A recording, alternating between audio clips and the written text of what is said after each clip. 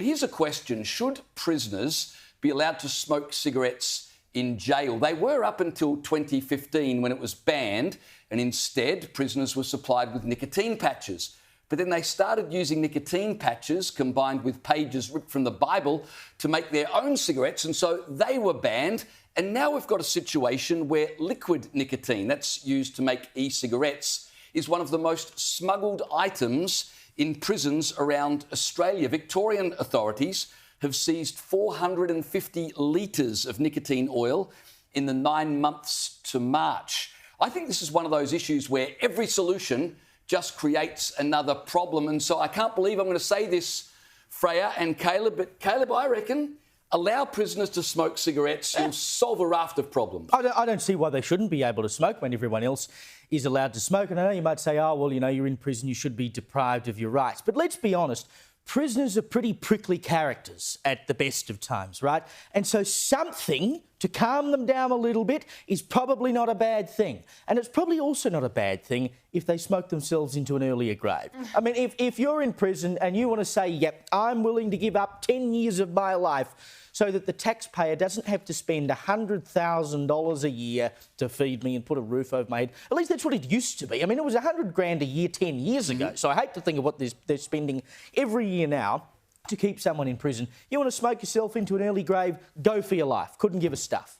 I totally disagree. I mean, we should be trying to make prison as unbearable as possible. There are very few rights for prisoners, and smoking certainly is not one of them. And then you consider the cost to taxpayers when these people are out of prison, or even while they're still in prison, cancer treatments, all the medical issues associated with smoking. I am sure that the cost of treating them, whether they're prisoners or back in the public system, will far outweigh any potential taxes we collect from cigarettes. And therefore, why are we just allowing people to continue essentially their drug addiction and facilitating it? Well, it doesn't. On the tax point, it doesn't. So in this financial year, we'll pull in $7.4 billion in excise, which is well down on what it used to be, by the way. It peaked at about $14 billion. But, of course, the federal government have buggered it all up with the illicit tobacco market, and they're now losing all the tax. But the latest numbers we have from the National Drug Research Institute is that it's $6.8 billion a year in healthcare.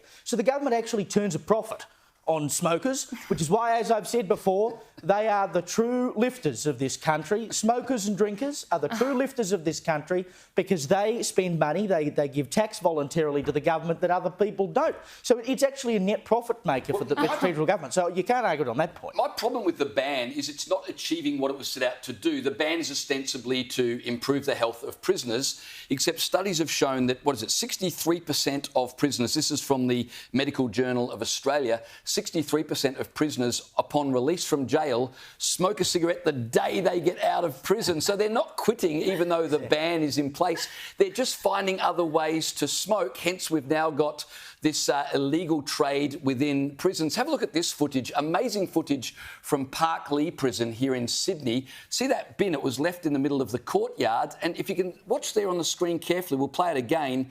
There's an item that falls from the sky perfectly into the bin. It's being dropped from a drone, flown over the prison yard. It's dropping a vape and tobacco into that bin. So aside from being bad, using drones to deliver illegal goods into the prison, I reckon find the operator of the drone and give him a job in the ADF. He could save us in the event of war with China. I know we need him.